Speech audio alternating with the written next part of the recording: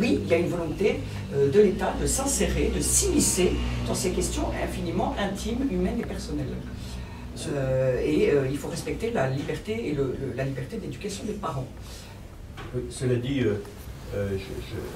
en souscrivant tout à fait à ce que vient de dire Ludo, donc la loi aujourd'hui demande qu'il y ait 3 séances d'éducation affective et sexuelle qui soient organisées à l'école maternelle, primaire, collège et lycée. Alors il est bien spécifié dans la circulaire que, attention à ce que nous, quand on entend éducation sexuelle, on a tendance à se référer à ce qu'on avait au collège. Hein. Donc c'est pas pensé bêtement comme ça. C'est vrai que c'est une invitation à une réflexion dès la maternelle sur la différence, sur le respect de l'autre. Ça fait partie de l'éducation affective et sexuelle. Hein. C'est une préparation. Donc je crois qu'on peut vivre des séances de façon intelligente.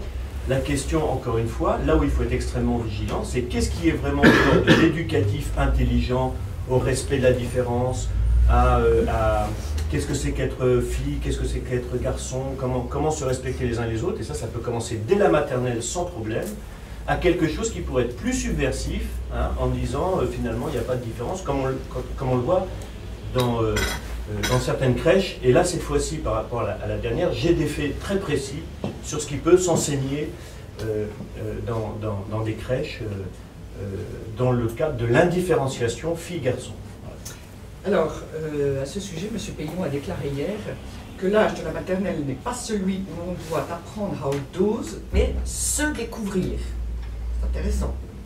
Alors, donc vous le savez, on a mis en place, on a appelé tous les parents d'élèves à s'organiser de manière un peu informelle, mais à s'organiser dans les établissements scolaires de leurs enfants, quels qu'ils soient, hein, partout en France, public ou privé, simplement en comité de parents vigilants.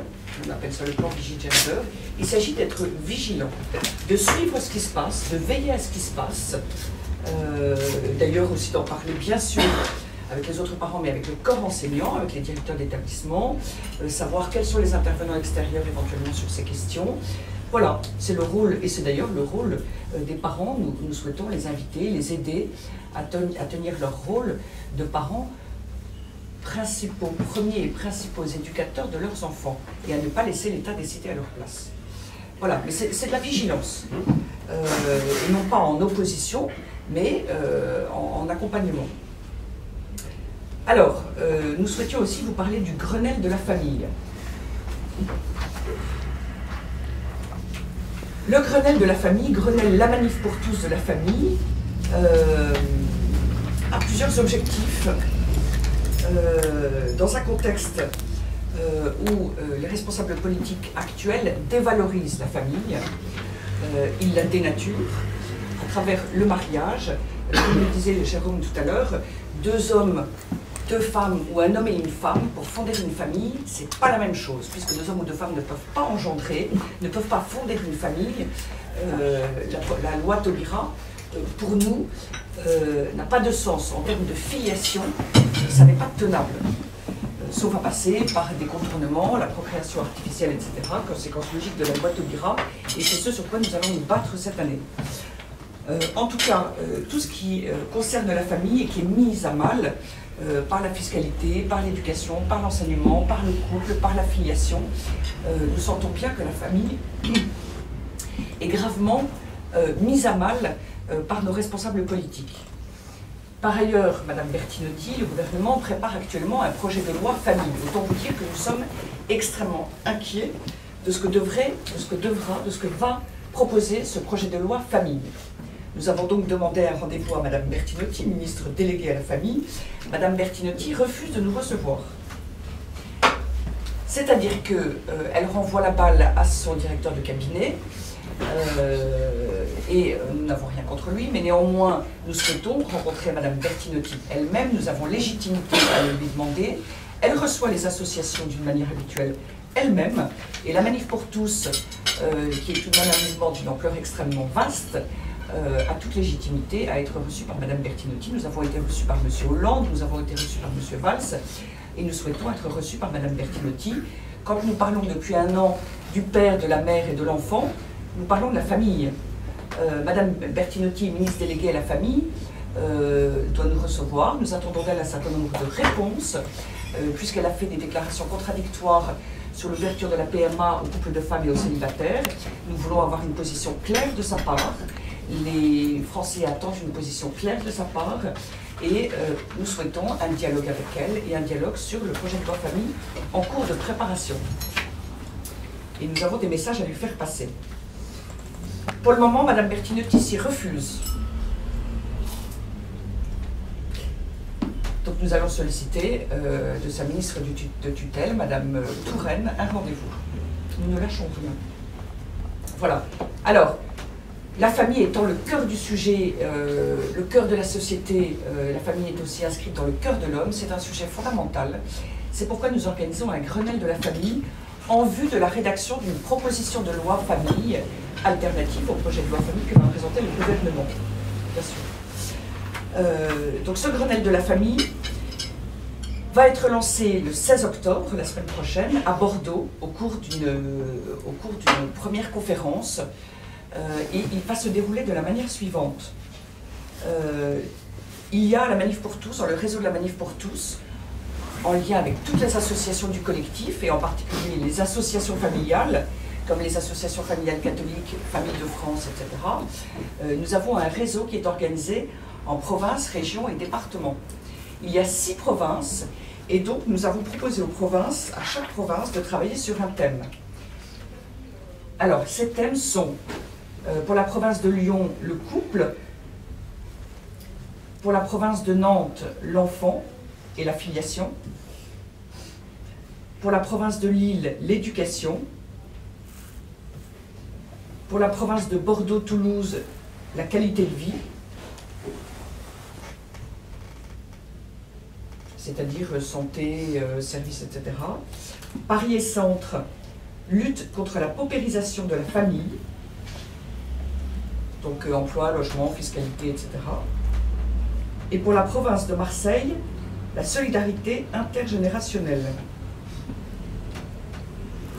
Transmission, retraite, solidarité intrafamiliale, handicap, fin de vie, etc.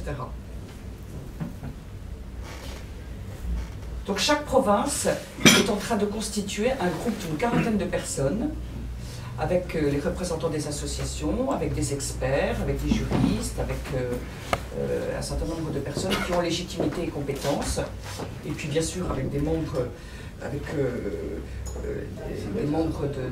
des sympathisants. Ils vont travailler sur ce thème et écrire un premier texte, un premier projet, et qui ensuite sera débattu avec le public au cours de forums. Ces forums sont ouverts à tous. Nous allons inviter très très largement. Et les interventions, les échanges seront aussi possibles bien sûr sur un site internet dédié qui va être mis en ligne la semaine prochaine.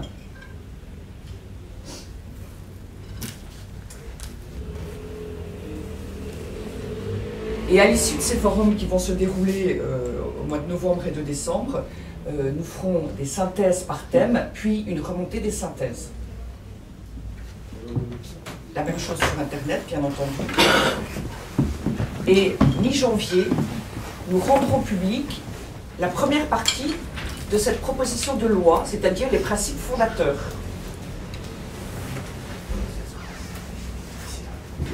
Et l'étape suivante sera la rédaction de la deuxième partie de la proposition de loi, c'est-à-dire les mesures que nous proposerons.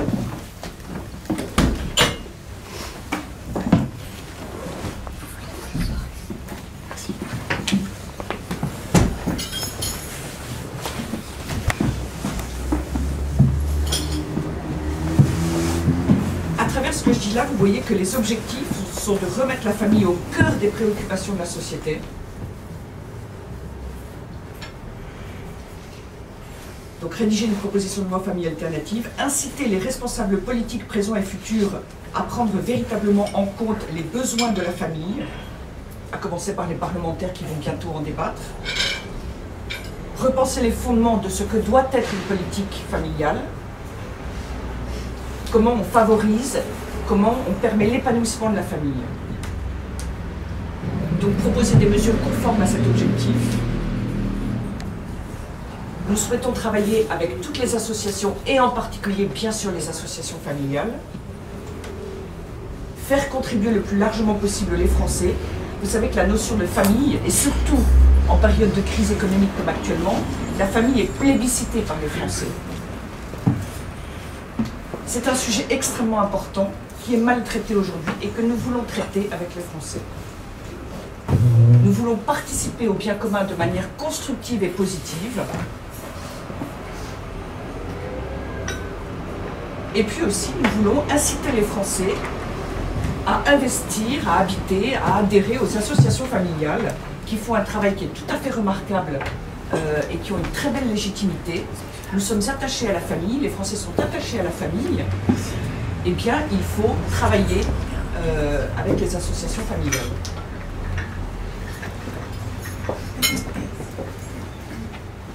Voilà, et donc le lancement se fera le 16 octobre à Bordeaux au cours d'une première conférence qui ne sera pas encore une conférence débat puisque le travail préparatoire est en cours, mais nous allons présenter le sujet, présenter les objectifs, qu'est-ce qu'une politique, quelle est la place de la famille dans la société et qu'est-ce qu'une politique familiale.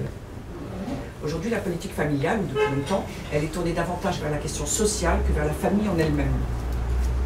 Vous savez aussi que la natalité française, même si elle peine à dépasser le seuil de renouvellement des générations, malgré tout, la politique familiale française fait que la natalité française est parmi l'une des meilleures d'Europe, malgré tout. Donc on voit l'impact absolument, l'impact très important d'une politique familiale sur la natalité, sur le renouvellement des générations, sur l'avenir, sur la croissance économique, démographique, etc. Et donc cette politique familiale, elle a un impact fort et il faut s'atteler aujourd'hui, il faut participer à la construction ou à la reconstruction d'une politique familiale la plus pertinente possible et la plus efficace possible. Peut-être une parenthèse que je peux faire, notamment pourquoi on voulait rencontrer Madame Bertinotti. Il y a quelque chose qui a été un petit peu occulté par les médias. On voulait remercier aussi Madame la Ministre de nous donner raison dans le fait qu'une mère est indispensable pour le bon développement psychique et affectif d'un enfant.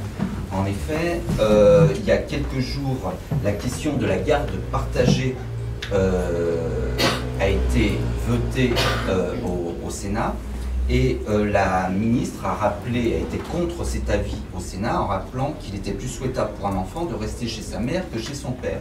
D'ailleurs, le ministère de la Justice l'atteste en rappelant les chiffres. 8% des cas, la résidence principale des enfants a été confiée au père après un divorce, contre 74,6% à la mère et 16,9% aux deux parents en résidence alternée. Donc là, il y a quelque chose d'un petit peu contradictoire. Pendant toute la loi ouvrant le mariage aux personnes de même sexe, Madame Taubira et Madame Bertinotti ont expliqué à corps et à cri que deux hommes pouvaient très bien élever un enfant, que ça posait aucun problème. Et lorsque la question de la garde partagée se pose, là d'un seul coup, contre l'avis du Sénat, qui est quand même leur majorité, d'un seul coup, Madame la Ministre Bertinotti et le ministère de l'Intérieur rappellent que les chiffres et qu'il vaut mieux qu'un enfant soit élevé par sa mère. Il a besoin de sa mère en tout cas, il a besoin d'une mère et d'un père, et dans la mesure du possible, c'est un peu contradictoire. D'être élevé par eux et non pas privé de père ou de mère. Ce qui me permet de passer à la question suivante. La loi Taubira, elle est fondée sur la question du genre, la différence entre les différents couples, la différenciation en termes d'engendrement, je veux dire, entre les différents couples, et elle a pour conséquence la filiation. Alors l'adoption a déjà été ouverte aux couples homosexuels, donc des enfants qui sont déjà privés de père ou de mère vont se trouver par la loi une deuxième fois privés de père ou de mère, puisqu'on les confierait à un couple d'hommes ou à un couple de femmes, et par là on les priverait de père ou de mère. L'autre conséquence logique, il y a peu d'enfants à adopter, très peu d'enfants à adopter, ce qui veut dire évidemment, et on le voit très bien, que les lobbies et certains ministres et certains parlementaires demandent l'ouverture de la PMA aux couples de femmes. C'est une conséquence absolument logique et que nous n'avons pas cessé de dénoncer depuis un an. On sent aujourd'hui un recul du gouvernement. Il y a eu des déclarations contradictoires, dans un sens et dans un autre. Monsieur Hollande dit « j'attends l'avis du CCNE, puis il renouvelle le CCNE ». On sent une certaine inquiétude. Néanmoins, un certain nombre de responsables politiques sont très déterminés sur ce sujet-là. On sait aussi, parce qu'on nous parle toujours de discrimination et qu'on l'utilise un petit peu dans tous les cas, il y a toutes les sauces, même s'il est juste de vouloir effacer le plus possible les discriminations, malheureusement parfois il y a des réalités indépassables. En tout cas, s'il y a la PMA pour les couples de femmes, il faudra bien la GPA, les mères porteuses, pour les couples d'hommes. C'est inévitable. C'est absolument inévitable et qu'on ne nous fasse pas croire le contraire. Certes, M. Hollande dit, faut-il croire à ses promesses, elles n'engagent que ceux qui les reçoivent. Certes, M. Hollande dit, il n'y aura pas la GPA sous mon quinquennat. Bon, sous son quinquennat peut-être pas, mais ce sera sous le suivant. Ou ce sera par l'Europe. Donc l'ouverture de la PMA aux couples de femmes, quoi qu'il arrive, et en plus à cause de la GPA, nous y sommes opposés. Le projet de loi famille, vraisemblablement, n'inclura pas la PMA pour tous, dite pour tous. Le gouvernement aujourd'hui recule, c'est évident. L'avis du CCNE nous est annoncé pour début 2014 ou pour juin 2014, ça change de date tous les jours. On comprend avec le renouvellement, il faut qu'ils recommencent leur travail.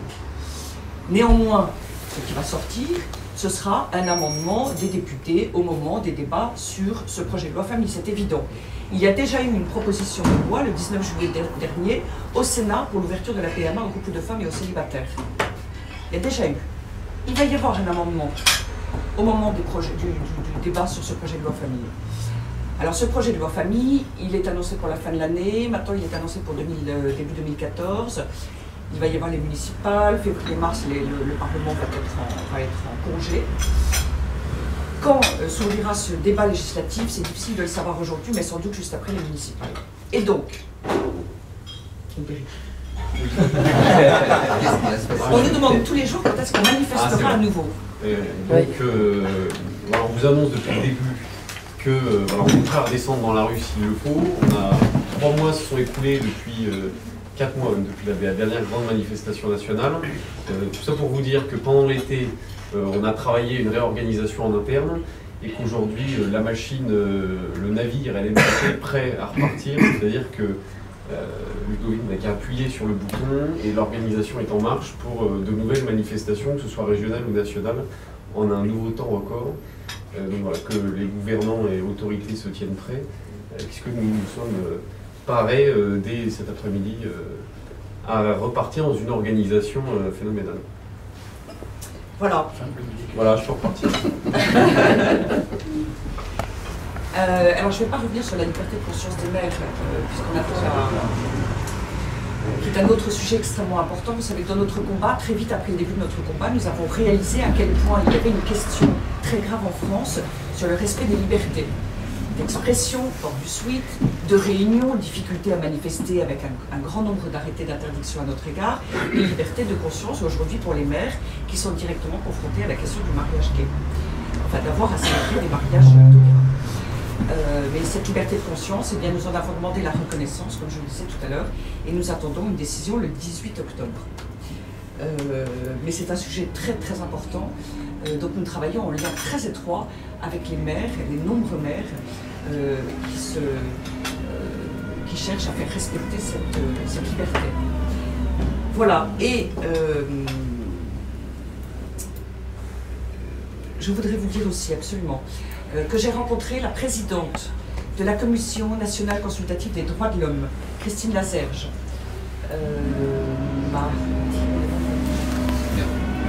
mardi dernier. Nous avons évoqué ensemble, c'était une rencontre très constructive, une vraie rencontre de dialogue. Je dois dire que Mme Lazerge, contrairement à Mme Bertinotti, a accepté avec beaucoup de bonne volonté de me rencontrer. Il faut peut-être dire que la Commission nationale des droits de l'homme avait donné un avis favorable pour les transgenres. Voilà. Donc occulter le fait de passer par la case médecin, mais qu'une personne, si elle décide d'être homme ou femme, il n'y avait pas besoin d'avoir le suivi psychologique, médecin, etc. Donc, ce qui nous paraît dangereux pour les personnes. Une fois que, quand on décide de changer de sexe, une fois que c'est fait, c'est irréversible. Et donc, toute la protection qui existe aujourd'hui, qui sont toutes assez lourdes... Ce qui montre qu'on n'est pas dans la paranoïa lorsqu'on parle de théorie des genres, etc. Quand quelqu'un qui décide de changer de sexe, il s'engage de manière irréversible et aujourd'hui, la loi le protège en demandant un suivi médical et psychologique. Ça paraissait certainement très lourd et en même temps, ça protège ces personnes surtout qu'aujourd'hui les jeunes sont concernés. On voit même de tout jeunes enfants, enfin de tout jeunes adolescents. C'est aussi une protection des personnes. Il y a l'exemple cette semaine de la personne qui a voulu changer de sexe, l'opération a raté, qui s'est suicidée quand même. Hein. Voilà. Pardon? Oui, qui s'est fait euthanasier. Qui s'est fait euthanasier. Oui. Et dans cet avis qu'avait rendu la CNCDH, il y avait aussi la demande de la CNCDH au gouvernement d'inscrire, enfin au législateur, d'inscrire l'identité de genre dans le droit français. On voit qu'on est en train de passer de l'identité sexuelle à l'identité de genre, avec tout le flou et toute la subjectivité que cela suppose. C'était la raison de ma demande de rendez-vous à Madame Christine Lazerge, et nous avons évoqué les droits de l'homme, les libertés fondamentales, la liberté de conscience des mères, et nous avons évoqué la primauté du droit de l'enfant. C'est-à-dire que nous avons longuement évoqué le fait qu'il n'y a pas de droit à l'enfant, et que quand il y a un droit ou un désir de l'adulte, eh bien il ne peut pas primer sur le droit à l'enfant. De l'enfant. Sur le droit de l'enfant, excusez-moi. La loi Taubira ne respecte pas le droit de l'enfant à avoir un père et une mère, et à être si possible élevé par son père et sa mère. C'est pourtant un droit fondamental reconnu. C'est la Convention internationale des droits de l'enfant. Absolument. On a complètement balayé les droits de l'enfant. D'ailleurs, rappelez-vous, il n'y a pas eu d'étude d'impact qui a été faite sur la loi Taubira avant le vote. En fait, les impacts sont extrêmement importants. On a fait comme si de rien n'était, on a fait fi de tout cela. Il y a maintenant l'adoption, l'ouverture de l'adoption par les couples de même sexe, et donc les conséquences probables que je développe. C'est tout un ensemble. Donc nous avons longuement évoqué cette question-là avec Christine Lazerge, en évoquant l'avenir qui est la possible ouverture de la PMA aux couples de femmes. La CNCDH aurait souhaité que la filiation réelle de l'enfant soit inscrite, au moins, c'est-à-dire qu'il sache réellement qui est son père et sa mère, même s'il est ensuite élevé par d'autres.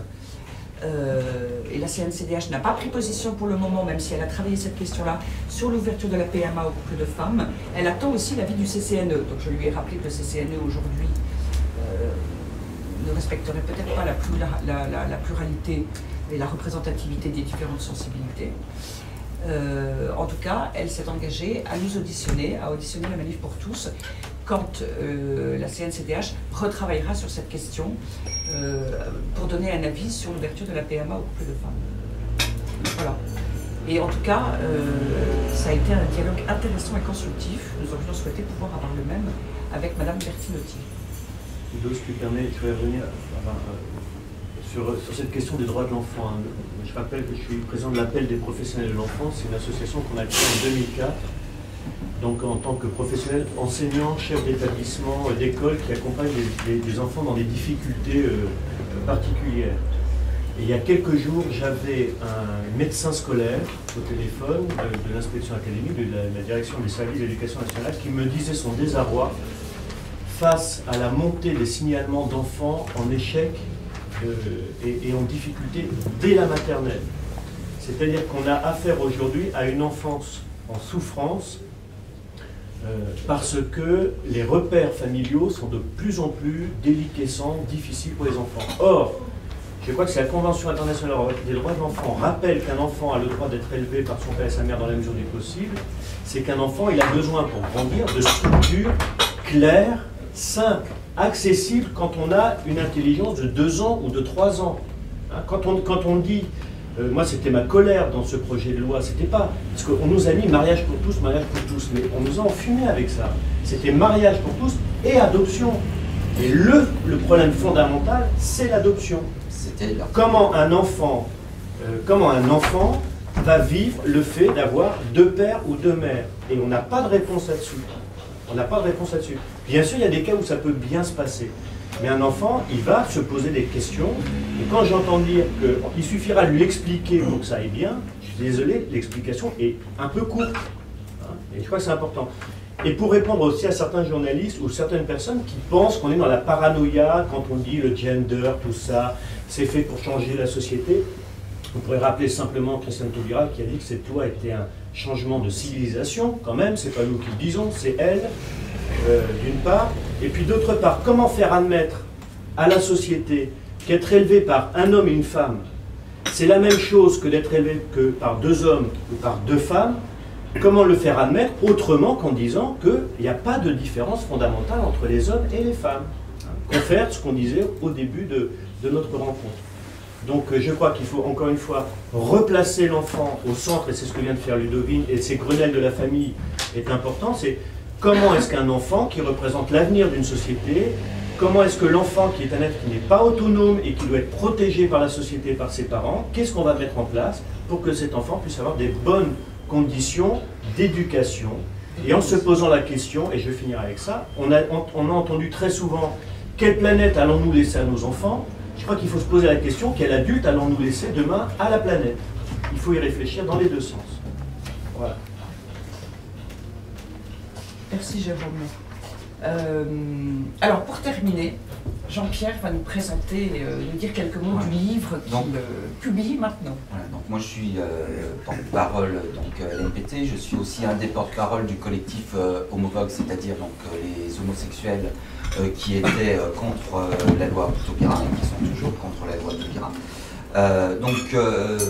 Je suis heureux de vous présenter en avant-première mon ouvrage qui s'intitule Homosexuels contre le mariage pour tous, qui est et dans celui-ci, je rappelle que de nombreux homosexuels ne sont pas attachés au mariage et ne souhaitent pas nécessairement avoir d'enfants, que depuis mon engagement en novembre 2012 et ma rencontre avec le président de la République le 25 janvier dernier, j'ai été très surpris, comme tout le monde ici, du peu d'intérêt que le gouvernement a accordé aux millions de Français qui se sont opposés à la loi Taubira.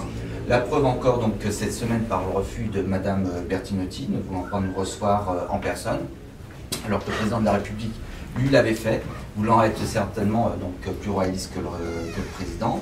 Ce livre rassemble des témoignages des meilleurs experts, les spécialistes de l'enfant, ainsi que les positions des représentants des communautés religieuses, musulmanes, catholiques et juifs.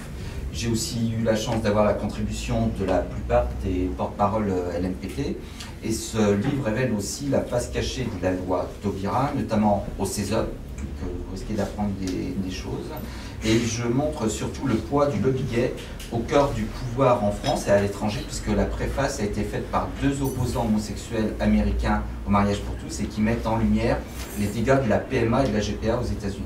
Donc voilà, je vous offrirai le livre très volontiers à la fin de la conférence de presse. Donc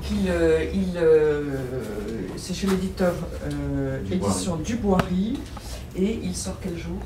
Normalement il sort le 15 octobre. Le 15 octobre. Donc c'est vraiment en avant-première. C'est lui qui est en photo. Oui. Oui, voilà. C'est ça. Mon papa, ma maman. Il y a un papa et une maman. Oui. Voilà. Est-ce que vous avez des questions? Oui. Bonjour, j'ai une question, Monsieur Barry de Zaman France. Vous évoquiez, alors peut-être que vous en avez parlé en début d'intervention, du point de vue de l'Europe, de la législation européenne, quelles sont les tendances législatives sur ces questions, le GPA et le PMA, en sachant qu'une législation européenne s'imposerait sur le droit français. Donc est-ce que du point de vue de l'Europe, on est assez proche de la ligne française ou pas? Voilà, est-ce que vous pouvez nous dire plus là-dessus? L'Europe considère que chaque pays définit le mariage. C'est-à-dire que pour l'Europe, le minima, c'est le mariage homme-femme. En revanche, dès lors qu'un pays a adopté d'autres formes de mariage, notamment le mariage de couples de même sexe, alors l'Europe considère que tous les couples mariés doivent avoir les mêmes droits. Donc pour l'Europe, si le mariage entre personnes de même sexe est possible, alors ces couples de même sexe doivent avoir aussi l'accès à l'adoption, à la PMA et à la PMA. C'est surtout la Cour européenne de justice qui le... La Cour européenne des droits de l'homme, tout à fait. Autrement dit, nous savons bien en France que dès lors que nous avons le mariage, et nous l'avons maintenant, par l'Europe, nous sommes susceptibles, à un moment donné, d'avoir aussi l'obligation, de par l'Europe, sous peine de pression assez forte, sous peine de sanctions, nous sommes susceptibles d'avoir l'ouverture de la PMA. Parce que la loi Taubira, en fait, le problème de la loi Taubira dès le début, c'était le mot mariage. Donc ça, c'était l'article 1. Et l'article 2, c'était la question de l'adoption, qui n'a jamais été définie. C'est-à-dire qu'il n'a pas été défini pas plus l'adoption simple que l'adoption plénière. Et comme le rappelait tout à l'heure Ludovine, de toute façon, la majorité des couples hétérosexuels qui veulent adopter ont de grandes difficultés. En plus, avec cette loi-là, la plupart des conventions tombent à l'eau et les pays ferment leurs portes aux futurs adoptants. Donc, évidemment, se posait tout de suite derrière la question de la PMA et obligatoirement de la GPA. Et c'est ça qui a été le problème de la loi Taubira, c'est-à-dire que tout le monde a pensé que nous étions des méchants parce qu'on ne voulait pas que deux personnes qui s'aiment éventuellement puissent s'unir. Mais il y a le Pax. C'était pas ça notre problématique. La problématique, c'était la question de l'enfant et du droit de l'enfant. Et c'était tout de suite ce fameux article 2 où personne n'a communiqué là-dessus, qui mettait en fait qu'il y avait l'adoption. Et comme l'adoption n'est pas possible pour les couples homosexuels, on va obligatoirement à la PMA et à la GPA. La question, c'est que le mariage, c'est la filiation, c'est l'ouverture à la filiation. Alors, pour finir de répondre à votre question, sur la question du genre, voilà, tout ça, c'est absolument connexe, bien sûr, sur la question du genre, à travers ce que je vous citais tout à l'heure, et à travers un certain nombre d'autres textes, l'identité de genre est de plus en plus présente, et elle est très présente dans les textes européens. C'est très net. Il y a une commission pour les droits de la femme et l'égalité des genres. Donc on n'est pas dans le mot sexe, on est bien dans le mot genre. Et on est bien dans quelque chose qui devient extrêmement ambigu.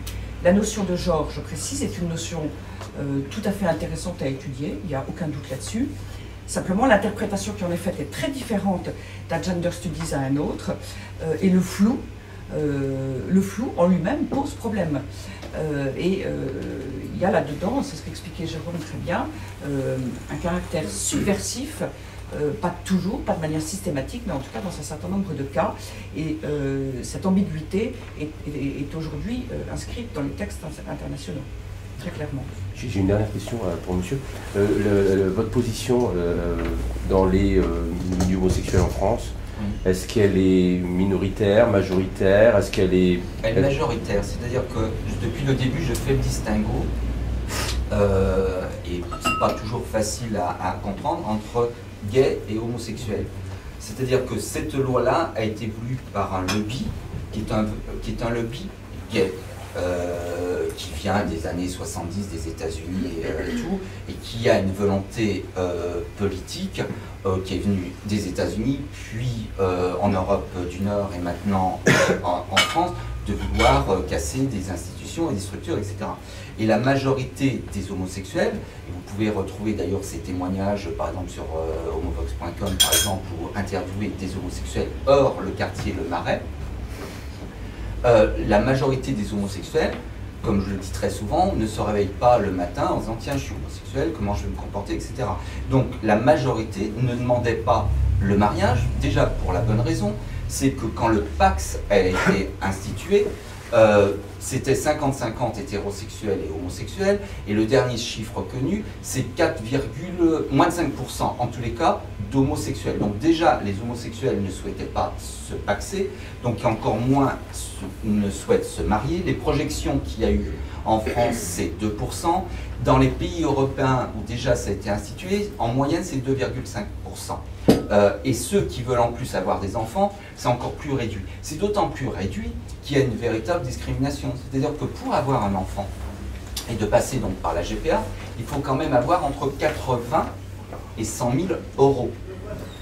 Hein? Donc il y a en plus une véritable discrimination financière. C'est pour ça que, évidemment, le lobby gay pousse par rapport à ça parce que ils ont des moyens financiers qui, eux, peuvent le permettre, mais en même temps, j'ai habité 15 ans à Paris, je connais un petit peu le Marais, j'en connais très peu sérieusement qui vivent en couple et qui veulent en plus avoir des enfants. Hein. Donc je posais la question pour qui est faite cette loi, est-ce qu'elle est faite pour les gays ou elle est faite pour les homosexuels? En tous les cas, tous les homosexuels que j'ai rencontrés n'ont jamais revendiqué ça et revendiquent d'ailleurs rien d'autre que quand ils viennent et quand ils sont dans nos rangs, parce que dans les 1 million de personnes, coucou, je ne suis pas le seul homosexuel, hein,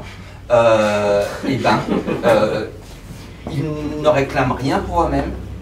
Ils viennent simplement là pour dire, voilà, on a une famille et un enfant a le droit, un père, une mère, des cousins, des cousines, des grands-parents, etc. Excusez-moi, je voudrais rebondir sur ce que vous venez de dire, notamment sur le début de votre intervention. Moi, je voudrais que, ça va peut-être paraître très stupide, je suis un peu idiot comme garçon, je voudrais que nous fassions la différence entre un homo et un gay. Ah oui. La différence, elle est où? Le militantisme. Un gay est un militant.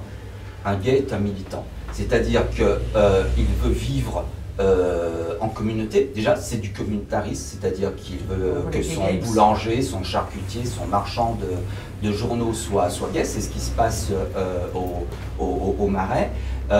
Il a une volonté militante derrière en réclamant des revendications, des droits qui avaient une justification il y a 10 ans, même pas 10 ans, il y a 20 ans, c'est-à-dire avant François Mitterrand, quand il a fait que c'était les homosexuels, être homosexuel soit dépénalisé.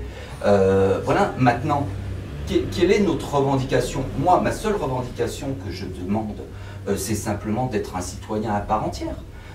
C'est simplement, effectivement, que si j'ai un conjoint, que celui-ci ait le droit à ma reconversion en retraite, par exemple, ou a droit à un billet de train en tant que conjoint. Mais ça passe pas par une robe de mariée, ça passe par des conventions d'entreprise, ce qui était déjà le cas depuis des années à Air France. Ça passe par des textes de loi, mais ça passait pas par la case mariage. Donc, un homosexuel, lui, ne se lève pas plus qu'un hétérosexuel, fier d'être homosexuel ou hétérosexuel. Voilà, donc il y a une vraie distinction entre homosexuel et gay. Gay revendique avant tout, et avant tout est un militant. Voilà. Mais l'homo, il participe à la Gay Pride en classique? Non, c'est les gays qui participent à la Gay Pride. C'est pas les... Non. Vous pensez qu'un homosexuel, quand on habite en province, moi j'ai habité 15 ans à Paris, hein, donc de me promener main dans la main avec mon petit copain, il n'y a aucun souci. Hein.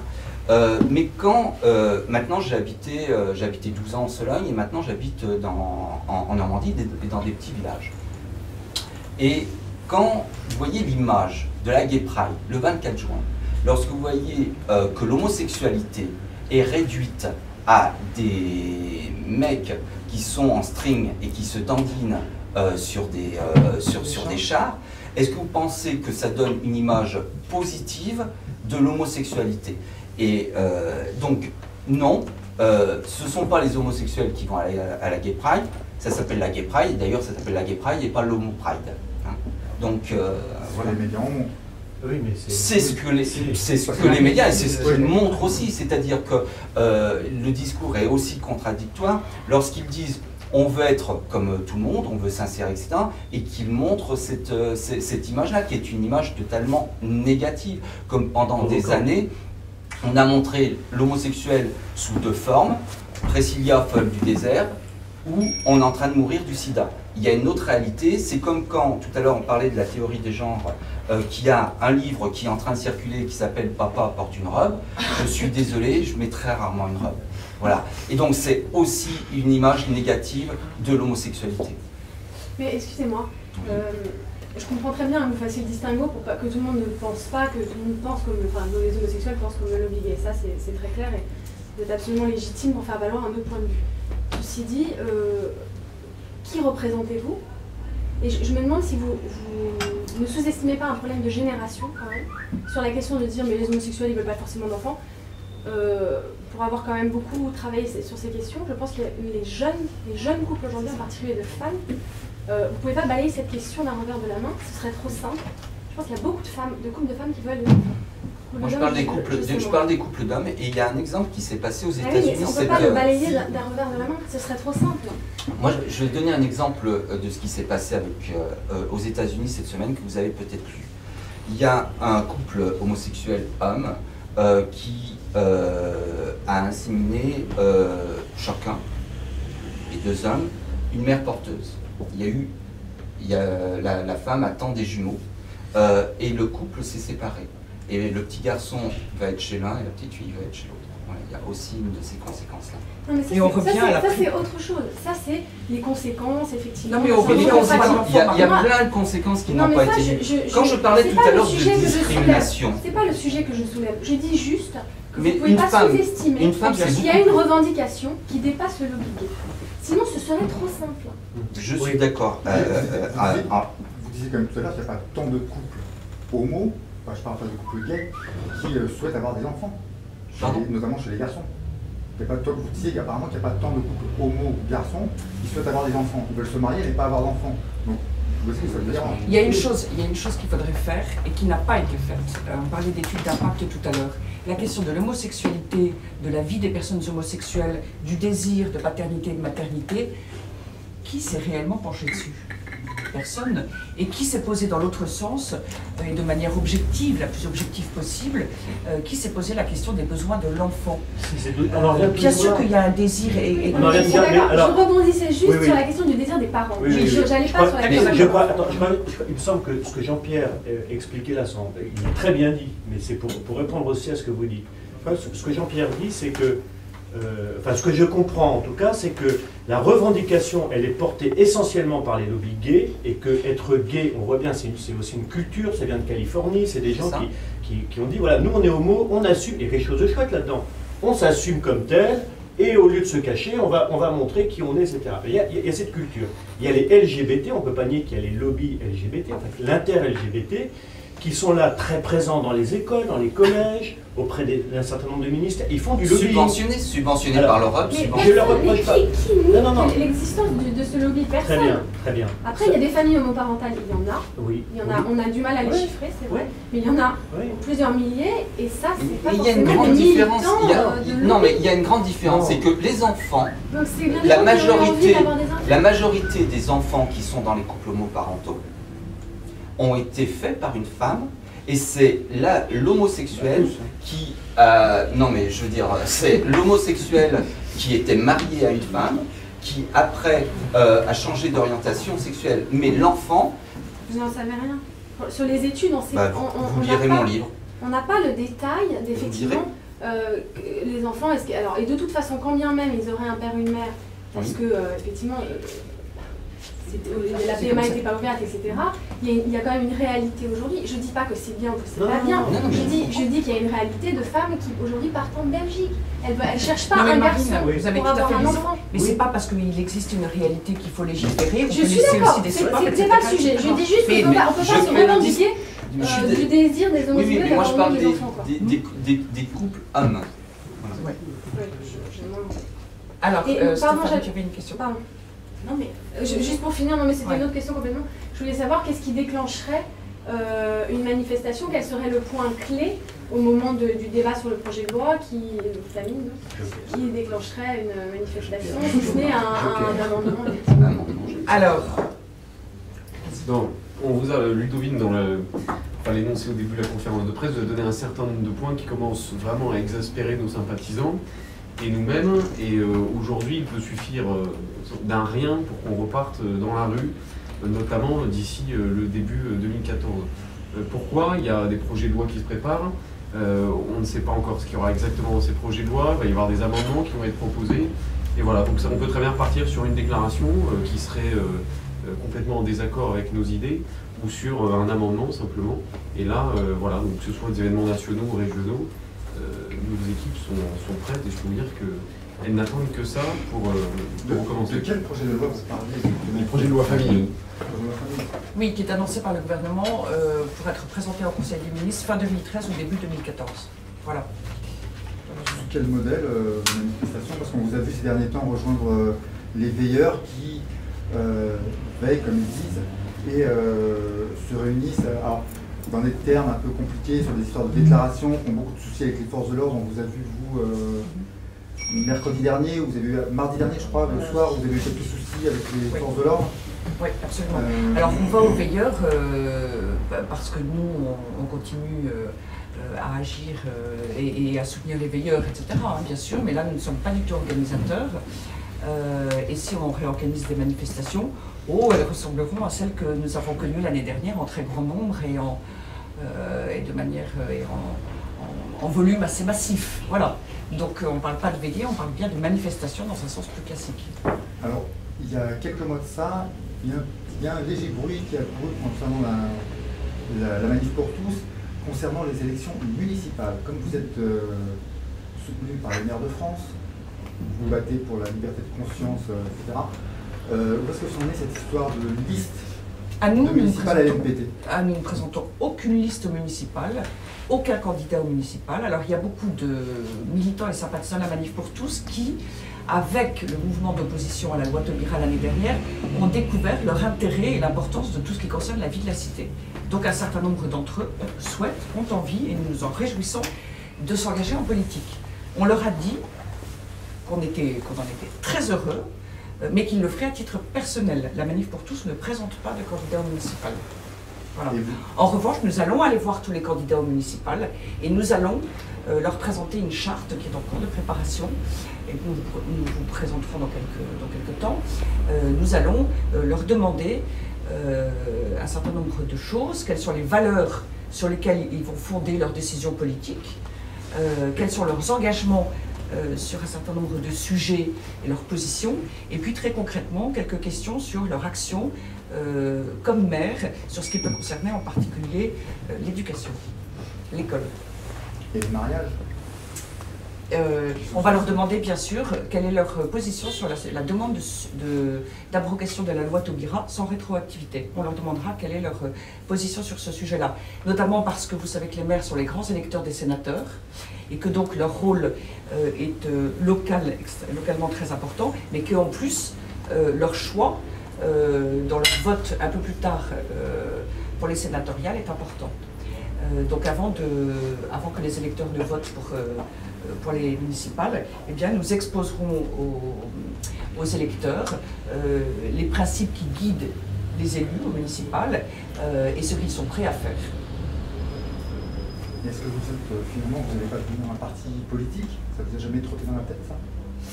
Écoutez, nous agissons, nous, en dehors des partis, nous nous adressons à tous les partis, nous nous adressons à tous les Français et à la société en général. Donc nous n'avons pas de raison de devenir un parti. En revanche, que cette opposition, cette contestation suscite un élan vers l'engagement politique chez un certain nombre de personnes, ça nous paraît bien sûr extrêmement positif. Nous avons fait une université d'été les 14 et 15 septembre, où il y avait 1200 personnes présentes et de très belles interventions. Cette université d'été était bien sûr destinée aussi à former, ou notamment à former, et notamment un certain nombre de personnes qui veulent s'engager en politique. Mais nous ne le ferons pas directement. Voilà. Excusez-moi, juste quelques détails sur le Grenelle de la famille quand même. Donc la première conférence de lancement, si je comprends bien, c'est le 16 octobre. Tout à fait, à Bordeaux. À Bordeaux. Donc ça c'est juste un lancement. Voilà, c'est juste une introduction. Et une réflexion, quelle est la place de la famille dans la société, quels sont les objectifs d'une politique familiale, qu'est-ce que doivent être les objectifs d'une politique familiale. D'accord. Et ensuite les forums auront lieu dans quel tempo? En novembre, décembre? Sur le mois de novembre et décembre, ça va s'étaler dans le temps. Le calendrier est en train de s'établir par province et par région. Donc on pourra afficher le calendrier, je pense, dans quelques jours. Mais c'est exactement en train de se mettre en place. La Manif pour tous a toujours et encore sa capacité à organiser vite et bien et dans un rythme assez extraordinaire, assez accéléré depuis le départ. Donc nous sommes pragmatiques et les choses sont vraiment en cours. Puisqu'on l'a décidé et annoncé au moment de l'université d'été, le 15 septembre. Donc le programme, les groupes de travail avancent quotidiennement, nous avançons, voilà. Moi j'ai une question supplémentaire. On dit beaucoup que c'est très difficile pour un jeune de se découvrir homosexuel, que les adolescents se sentent très mal dans leur peau, ne se sentent pas acceptés, enfin bref, ils ont une période très difficile à l'adolescence. Est-ce que ça ne vous aurait pas aidé d'avoir justement des cours comme dont on parle maintenant, où on explique les problèmes d'orientation sexuelle, peut-être que ça soulage peut-être des jeunes d'entendre que oui, bah, ça arrive, etc. Il y en a certainement peut-être à 15-16 ans, mais pas à 9 ans. Voilà, parce que déjà à 15-16 ans, c'est pas forcément évident. Bon, je parle en général, parce que moi j'ai connu ma sexualité, j'avais 7 ans, donc voilà. Mais pour répondre plus largement, déjà les jeunes de 17-18 ans n'ont pas une sexualité établie. Donc si c'est à 9 ans, voilà, c'est encore moins. Mais ça ne se passe pas forcément dans le milieu de l'école. Il peut y avoir aussi les parents, déjà, peut-être, hein, en premier lieu. Et puis, il y a des structures qui peuvent exister. Par exemple, la structure qui a été mise en place par la LGBT, qui s'appelle le Refuge, je crois.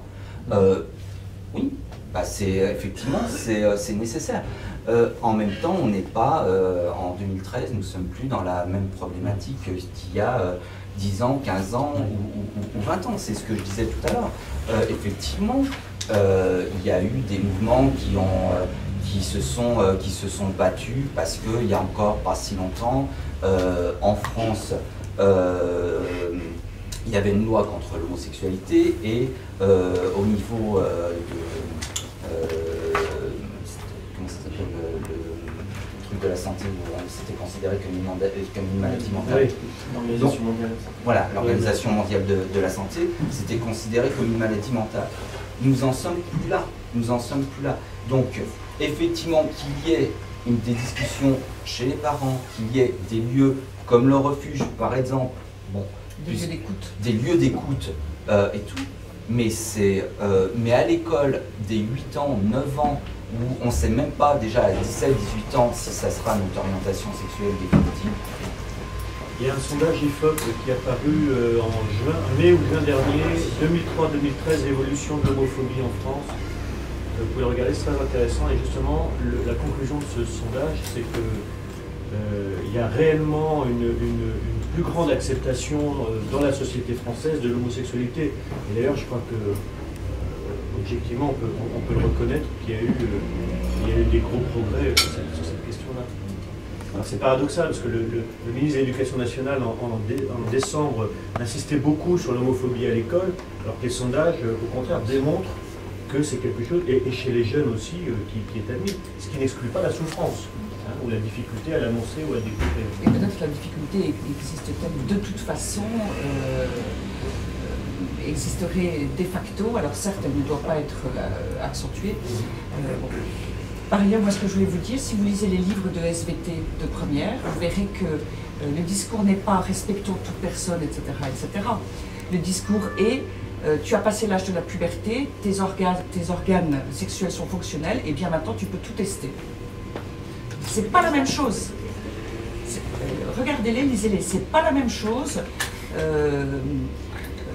Ça n'est pas la même chose de dire toute orientation sexuelle, enfin l'orientation sexuelle regarde la vie privée, etc., n'a pas à être jugée ou condamnée, etc., que de dire que de regarder la puberté et les organes sexuels uniquement sur leur aspect fonctionnel et en incitant à tout tester et à tout tenter, etc. Regardez les livres de SVT, c'est très étonnant. Il n'est pas certain que ce soit ce qui est le plus constructif pour les enfants que de tenir de tels discours. Il y a d'ailleurs en amont de ça des vraies questions qui se posent sur l'éducation sexuelle et sur ce qu'on dit aux jeunes dans ce domaine-là. Quand on regarde les très jeunes adolescentes qui tombent enceintes extrêmement tôt, qui sont confrontées à des difficultés majeures et le gouvernement lui-même regrette ce qui se passe dans ce domaine-là, peut-être pourrait-on revoir le discours que l'on tient aux jeunes. Bon là c'est un sujet très important, très délicat, mais pour moi qui suis parent, j'ai des enfants qui ont entre 19 ans et 11 ans, j'ai regardé leur manuel scolaire sur ce sujet-là, c'est juste de l'appel à l'expérimentation en tout genre et en tout sens, et on s'étonne après, on s'étonne après des incidents, des accidents qui arrivent aux jeunes et on s'en désole. Et Pierre Berger avait incité à ce que la pilule rentre à l'école des 15 ans, je crois, ou dès le collège. Il n'y a pas très longtemps que j'avais tenu ces propos-là. Au collège, je crois. Au collège. Oh, je sais. Il y a une véritable erreur stratégique de la part, c'est pas du tout éducatif, hein, d'être à la fois, il faut reconnaître qu'on est dans un bain de société où il est extrêmement difficile d'éduquer les enfants, parce que tous les messages qu'ils reçoivent, pas tous, non, j'exagère, énormément de messages qu'ils reçoivent sont très permissifs, en disant, voilà, ta liberté... Non, incitatif. Oui, incitatif, mais c'est même, ça s'imprègne comme quelque chose que, après, il n'y a pas de problème. Et donc on s'étonne qu'à la fois on a de plus en plus de jeunes en difficulté sur ces questions-là, notamment la question des interruptions volontaires de grossesse chez les jeunes femmes, qui est quand même là pour le coup, on est interpellé comme éducateur dans les établissements, et en même temps un discours, une éducation qui n'est pas là. Et moi je renvoie à la circulaire de 2003 qui avait été donc écrite par le ministère de l'Éducation nationale, qui rappelle la dimension éthique de la sexualité, la dimension sociale de la sexualité. C'est pas quelque chose de seulement, intime, organique, biologique et personnel. Il y a une dimension éthique et sociale de la sexualité. Il y a eu une autre circulaire depuis ou c'est encore celle-là qui a traité? C'est celle-ci qui fait référence aujourd'hui dans tous les textes. Alors il y a un certain nombre de textes qui viennent corriger, mais ils font toujours référence à cette circulaire de 2003. Alors après, j'ai plus la date en tête, mais je pourrais vous la retrouver si vous voulez. C'est-à-dire qu'en tout cas, elle est très bien faite d'ailleurs, très intéressante à lire. Dans les manuels de SVT, c'est extrêmement étrange parce qu'on passe du biologique, du scientifique, qui est bien le sujet de ces manuels, à des questions qui sont beaucoup plus philosophiques et sociologiques. Et pourtant, en même temps, le sexe n'est traité que sous l'aspect fonctionnel et on ne parle jamais du sentiment dont il est mieux qu'il aille avec, etc. On n'en parle pas. Voilà. Tout ça est absolument banni et on est dans l'incitatif, en tout cas pour un certain nombre de manuels. En fait, on est dans des contradictions extrêmement fortes et graves et dont les jeunes pâtissent. Alors, il faut reconnaître qu'être prof aujourd'hui et faire une séance d'éducation sexuelle en classe, il faut quand même être extrêmement accroché. Parce que c'est, voilà, d'où l'insistance aussi sur la formation des enseignants, parce qu'on ne peut pas les laisser tout seuls face à des problématiques comme ça où les jeunes peuvent venir avec des questions parfois extrêmement lourdes. Et les profs ne sont pas forcément formés pour les accompagner. Donc il y a beaucoup de maladresse là-dedans aussi.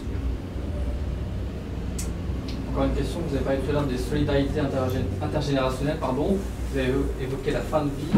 C'est un débat qui risque d'arriver avant le projet de loi sur la famille, et même la PMA pour tous, parce que c'est celle-là doit se prononcer.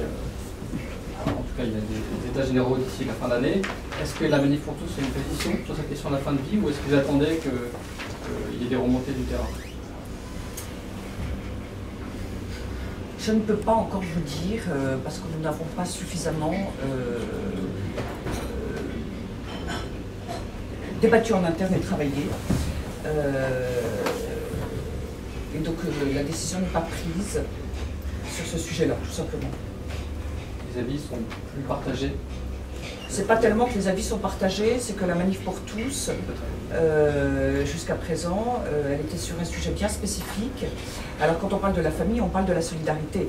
Et la question de la fin de vie, c'est une question de solidarité. Est-ce qu'on veut développer les soins palliatifs et être dans l'accompagnement et la solidarité, ou est-ce qu'on accepte une autre solution qui peut être parfois, ou qui peut être, elle sera mal encadrée par définition, et qui peut donner lieu à des dérives très graves, et qui peut faire renoncer à la solidarité avec les personnes en fin de vie très âgées. Donc la question se pose véritablement à nous, et pour autant, nous ne l'avons pas encore suffisamment travaillé pour que je puisse... Ce sera aussi l'objet du Grenelle de la famille, de pouvoir à la fois avec les experts et nos sympathisants et les gens qui voudront y assister, de voir vraiment quelles sont les attentes aussi des sympathisants et construire ensemble ces différents projets. Mais si la question arrive avant, si le gouvernement... Là, le Grenelle, c'est dans 5 jours, donc le Grenelle commence dans 5-6 jours. Oui, mais là, vous présentez juste les grandes lignes, vous n'allez pas avoir la synthèse... Mais c'est dans quelques... Là, c'est dans les... 2 mois. En 2 mois, tout le Grenelle sera terminé, donc on aura eu le temps de faire la synthèse au moins de cette raison. Donc si, là vous êtes en train de nous dire aussi qu'on va vous retrouver sur d'autres terrains éventuellement parce qu'on est parti sur le mariage pour tous. Est-ce qu'on pourrait vous trouver sur le terrain des Roms? Je ne sais pas, c'est ce qui fait l'actu en ce moment. Non, bien sûr que non. On est sur tout ce qui concerne finalement la famille, le père, la mère, l'enfant, et puis là, d'une certaine manière, ce sont les grands-parents et les malades. Il n'est pas question d'aller sur tous les terrains. Sur cette question très précise, la décision n'est pas encore prise. Voilà, nous travaillons là-dessus. Sur les autres terrains, c'est vrai que c'est une décision. C'est vrai que c'est une décision très engageante. Je ne vous cache pas que dans le questionnaire que nous allons publier là prochainement, le questionnaire que nous avons lancé à l'automne, un très grand nombre, 87% pour tout vous dire, des 40 000 personnes qui ont répondu, souhaitent que la Manif pour tous s'engage aussi pour le développement des soins palliatifs et contre l'euthanasie. Voilà. Tu peux le noter, oui, c'est important. Non, mais là, il y a des sujets... Là, je vais vous donner une réponse très précise. Mais pour autant, la Manif pour tous, c'est aussi une source de réflexion. Elle ne peut peut-être pas non plus tout faire. Nous sommes tous bénévoles, nous avons tous des vies professionnelles, etc., étudiantes et familiales à côté. Donc, avant de s'engager, il faut peser aussi de ce point de vue-là ce qu'il est possible de faire ou pas. Mais je pense qu'il y a clairement une certaine attente de nos sympathisants. Il y a un film qui est en ce moment sur Internet, je le signale, qui s'appelle L'euthanasie jusqu'où. Le Pierre Bernès, oui. Ouais, qui vaut la peine d'être vu sur bande glissante en Belgique. Oui, ah oui, c'est sur le cas de la Belgique, tout à fait, les conséquences. Mais faisant écho aussi au débat français. Voilà, enfin, on sent bien en tout cas une attente d'un certain nombre d'une grande partie de nos... Et la Manif pour tous s'engagerait contre, c'est ça? Je vous le dirai quand on y sera engagé. Ça se discute.